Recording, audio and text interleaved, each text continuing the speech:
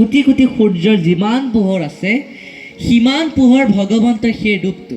সেইকাৰণে কোনো ভকতে খালী চকুৰে চাব নোৱাৰে। মাতিব আপোনাক সবে কি কৈছে?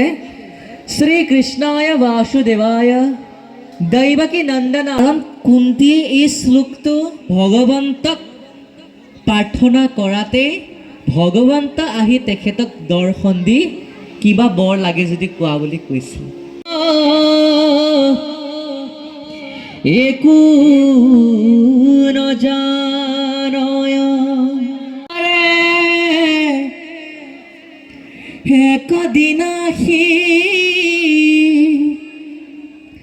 গলে দিয়া ফাঁসি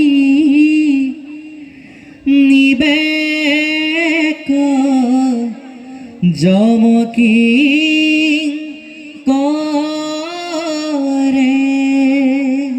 নৰৰূপী মনুষ্যক কৰ্ম কৰিবলৈহে অধিকাৰ প্ৰদান কৰিছে। তেওঁলোকক মই সেই কৰ্মৰ ফলত অধিকাৰ প্ৰদান কৰা নাই, ফল মই নিজেই প্ৰদান কৰিম। সেইকাৰণে কৈছে ফলদাতা ভগৱন্ত ঈশ্বৰ কৃষ্ণ। আৰু সেইজন ঈশ্বৰ কৃষ্ণ গুৰুজনাই বোলে নমস্কাৰ জনাইছে। তাৰ পাছতে আমাক সবক কৈছে যে এই সমস্ত জীৱ জগতে হৈছে ভগৱন্ত এই হৃদয়ত আছে। সমস্ত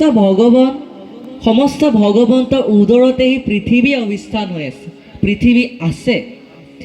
সেইকাৰণে এটা শ্লোক কৈছে আমাক হ'ব যে মত্ত পৰত ৰমণ নাত্যত কিঞ্চিত অস্তি ধনঞ্জয় মই সৰ্বম ইদং পৃতম সূত্ৰে মণিগণা ইব। যে হে ধনঞ্জয়, হে অৰ্জুন, এই জীৱ জগতখন সমস্ত ব্ৰহ্মাণ্ড এই মোৰ উদৰতে আছে। যিদৰে এডাল সূতাত যিদৰে মণি এটা এটাকৈ বহুত মণি গোট খাই থাকে এডাল সূতাতে, ঠিক সেইদৰে মই এডাল সূতা। ভগৱন্তে কৈছে মই এডাল সূতা আৰু গোটেই বিশ্ব ব্ৰহ্মাণ্ড এটা এটা মণি মোৰ হৃদয়ত, মোৰ শৰীৰটোত বিৰাজমান হৈ আছে। সেই কথা সুন্দৰভাৱে শ্ৰীমদ গীতাটো কৃষ্ণই অৰ্জুনক প্ৰকাশ কৰিছে। লগতে কৈছে যে এইখিনিতে দুলৰিতে আমাক সবক কৃষ্ণৰ ৰূপটোৰ কথা বৰ্ণনা কৰিছে, বৰ সুন্দৰভাৱে কৰিছে। কি কৈছে যে ভগৱন্তৰ শৰীৰৰ ৰংটো কেনেকুৱা? শ্যাম বৰণীয়া। ভগৱন্তৰ শৰীৰটো শ্যাম বৰণীয়া বুলি প্ৰকাশ কৰিছে। দেখি মনোহৰ সকলো সুন্দৰ আনি থৈলা একতৰ। ইমানে সুন্দৰ যে শৰীৰটো, সেই শৰীৰটো কোনো ভকতে যদি দৰ্শন কৰে তেনেহ'লে সেই ভকতজনো ভগৱন্তৰ সেই শৰীৰটো দেখি মুগ্ধ হৈ যায়। আৰু সেই ৰূপটোৱে দেখিবলৈ সমস্ত ভকতে বাঞ্ছাও কৰিবলৈ ইয়াত প্ৰকাশ কৰিছে। তাৰ পাছত কৈছে চাৰি হাতে চাৰি অস্ত্ৰ, শংখ চক্ৰ গদা পদ্ম ধৰি, কাণত মকৰ কুণ্ডল, হৃদয়ত শ্ৰীবৎস পান্তি, গলত কৌষ্ঠুভমণি।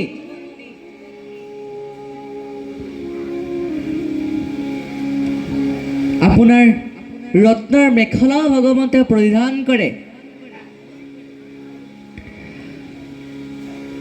লগতে বহুতো মণি মালা আদি ভগৱন্তৰ গলত ভগৱন্তে পৰিধান কৰে। আৰু ভগৱন্তৰ ৰূপটো আটাইতকৈ ক'বলৈ গ'লে কোটি কোটি সূৰ্যৰ পোহৰৰ সদৃশ বুলি প্ৰকাশ কৰিছে। কোটি কোটি সূৰ্যৰ যিমান পোহৰ আছে সিমান পোহৰ ভগৱন্তৰ সেই ৰূপটো। সেইকাৰণে কোনো ভকতে খালী চকুৰে চাব নোৱাৰে, খালী চকুৰে কেতিয়াও ভগৱন্তক চাব নোৱাৰে। তাৰ পাছতে কৈছে যে এই ভগৱন্তৰ ৰূপটো যদি কোনোবাই হৃদয়ত বৰ্ণনা কৰি যদি এই শ্লোকটো যদি মাতে, তেনেহ'লে ভগৱন্তে এদিন হ'লে এদিন সাক্ষাৎ কৰিব বোলে ভগৱন্তে আপোনাক। আপোনাক সবে এই শ্লোকটো মাতিবচোন, হৃদয়ত যিটো আপোনাৰ ভগৱন্তৰ ৰূপটো আপোনাক পাৰিলে প্ৰতি তৃতীয় স্কন্ধত বৰ সুন্দৰভাৱে আছে কৃষ্ণৰ ৰূপৰ বৰ্ণনাটো। তাতে আপোনাক বৰ সুন্দৰভাৱে কৃষ্ণৰ ৰূপটো আছে। সেই ৰূপটো আপোনাক হৃদয়ত বৰ্ণনা কৰিব, কাৰণ ভগৱন্তকতো আপোনাক দেখা নাই বা আমিও দেখা নাই। কিদৰে গম পাম ভগৱন্ত যে ঠিক এনেকুৱাই?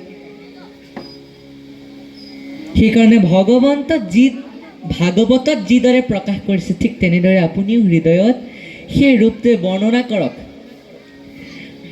আৰু মুখেৰে ৰাম ৰাম নামটো লৈ যিটো কুন্তীয়ে ভগৱন্তক স্তুতি কৰিছে শ্লোকটো, আপোনাক সবে জানে সেই শ্লোকটো, সেই শ্লোকটো মাতিব আপোনাক সবে। কি কৈছে? শ্ৰীকৃষ্ণায় বাসুদেৱায় দৈৱকী নন্দনায়শ্চ নন্দ গোপ কুমাৰায় গোবিন্দায় নমো নমঃ নমঃ পঙ্কজনাভায় নমঃ পঙ্কজমালিনে নমঃ পঙ্কজনেত্রায় নমশ্চ পঙ্কজঘ্রয়ে वसुदेवसुतं कृष्णं कंसचानुर्मदं दैवकी हृदयानन्दं कृष्णं वन्दे जगद्गुरुं। আপোনাক সবে শ্লোকটো পাইছে? শ্লোকটো আপোনাৰ মনতো আছে। এই শ্লোকটো আপোনাক সবে গোসাঁইৰ ঘৰত যেতিয়া বহিব প্ৰাৰ্থনা কৰাৰ সময়ত হৃদয়ত ভগৱন্তৰ মূৰ্তিটো ধাৰণ কৰি এই শ্লোকটো মাতিব। কাৰণ কুন্তীয়ে এই শ্লোকটো ভগৱন্তক প্ৰাৰ্থনা কৰাতেই ভগৱন্ত আহি তেখেতক দৰ্শন দি কিবা বৰ লাগে যদি কোৱা বুলি কৈছিল। কিন্তু কুন্তীয়ে কি বৰ বিচাৰিলে? কুন্তীয়ে ভগৱন্তে কুন্তীক কৈছে, কুন্তী তুমি মোৰ পৰম ভক্ত, তুমি মোৰ পৰম ভক্ত, তুমি মোৰ পৰা কিবা এটা বৰ লোৱা। এতিয়া কুন্তীয়ে কৈছে, নাই প্ৰভু, মোক একো বৰৰ প্ৰয়োজন এতিয়ালৈকে হোৱা নাই।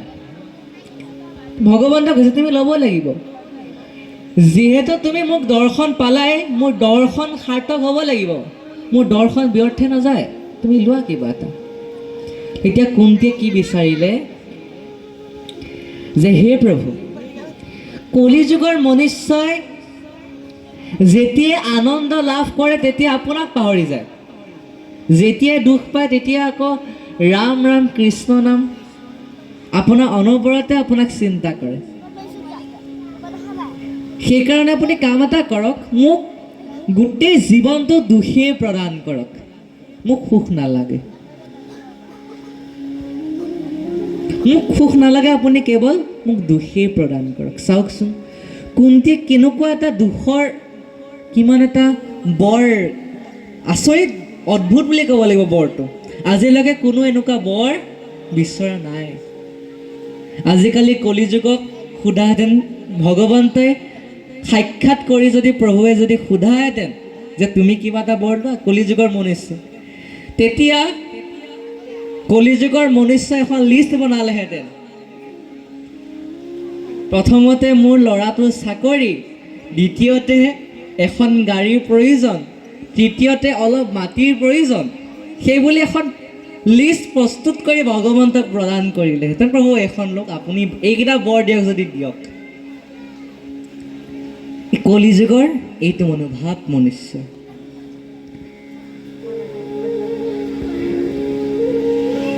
দুখ বিচৰা মানুহ বহুত কম আছে পৃথিৱীখনত, সুখ বিচৰা মানুহ বহুত আছে। আকৌ কলিযুগৰ এটা নিয়ম আছে, কলিযুগৰ মনুষ্যৰ যে দুখ পালে কি হয়, ভগৱন্তক বৰ গালি দিয়ে। আমি পাইছোঁ এনেধৰণৰ ভকত, দুখ পালে ভগৱন্তক বৰ গালি দি থাকে, প্ৰভু মোক কেলে দুখ দি থাকানো, কি অপৰাধ কৰিলোঁ তোমাৰনো, মই ইমান সদায় মই ভজনা কৰি থাকোঁ, এই মোৰ কাষৰ ঘৰটোৱে আপোনাৰ নামানেও নকৰিও গোসাঁই ঘৰটো নুমুচে, সেইজন ভকতক গৈ আপুনি একেবাৰে ধন সম্পত্তি উপচাই পেলাই কেলে? আপুনি প্ৰভু মোৰ লগত অন্যায় কৰিছে, নাই নাই, সেইবুলি ভগৱন্তক দুখ প্ৰদান কৰে কলিযুগৰ মনুষ্য। আচল কাৰণটো কি? আচল কাৰণটো হৈছে কৰ্মৰ ফল।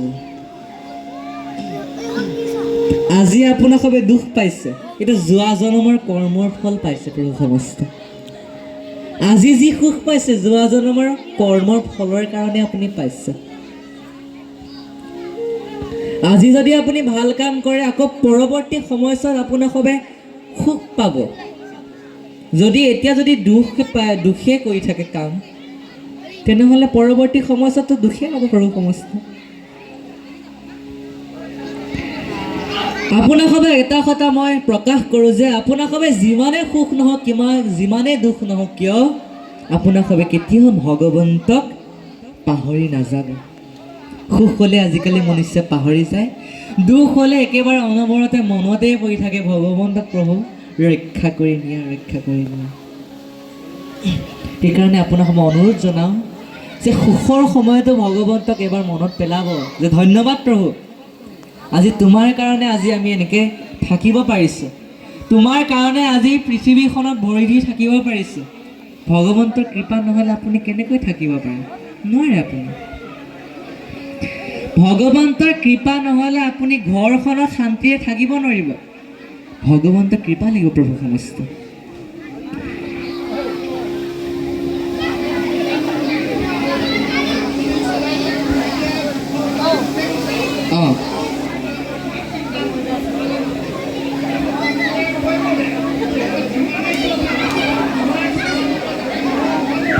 আঁতৰি নাযায় জানো? হয় প্ৰভু কৃষ্ণ, সেইটোৱে কৈছিলে। আমি সবে কম বুলি ভাবিছিলোঁ অকণ পাছতকৈ, আৰু যি নহওক আপুনি কৈ দিলে ভালেই হ'ল। কৃষ্ণ সেইটোৱে কৈছিলে যে মই যিমানে সুখ নাপাওঁ যিমানে দুখ নাপাওঁ কিয় যাতে আপোনাৰ চৰণৰ পৰা যাতে মোৰ মন যাতে আঁতৰি নাযায়। প্ৰভু আপোনাৰ চৰণতে যাতে সদায় মোৰ মনটো থাকে, বা আপোনাকে যে সদায় মই ভক্তি কৰি থাকিব পাৰোঁ প্ৰভু, সেইকণ আপুনি আমাক কৃপা কৰিবা। সেইটো বৰ বিচাৰিছোঁ। প্ৰথমটো দুখ আৰু দ্বিতীয়টো সদায় ভগৱন্তক প্ৰাৰ্থনা কৰাৰ বৰ, এই দুইটা বৰ বিচাৰিছোঁ প্ৰভু কৃষ্ণ। কৃষ্ণ বাৰু যি নহওক, ভগৱন্তৰ শৰীৰটো বৰ্ণনা বুলি ক'বলৈ গ'লে শেষ নহয়, কেতিয়াও শেষ নহয় এইটো কথা। ভগৱন্ত শৰীৰটো কেনেকুৱা? ভগৱন্তটো নিৰাকাৰ, ক'বলৈ গ'লে ভগৱন্ত নিৰাকাৰ, আকাৰে নাই ভগৱন্ত। কিন্তু ভগৱন্তক আমি যিটো ৰূপত দেখিবলৈ ইচ্ছা কৰোঁ, ভকতসকলে যিটো ৰূপত দেখিবলৈ ইচ্ছা কৰে, সেই ৰূপটোতেই ভগৱন্তই ভকতসকলক দৰ্শন প্ৰদান কৰে। সেইটো ভকতৰ সুখৰ বাবে ভগৱন্তে সেইকণ কৰেই। বাকী বহু কথাই আছে, আমি সবে বাৰু আগবাঢ়িছোঁ ন প্ৰভু কৃষ্ণ। কৃষ্ণ কৃষ্ণ আমি সবে পুনৰ পাঠৰ মাজলৈ আগবাঢ়োঁ। কৃষ্ণ কৃষ্ণ কৃষ্ণ।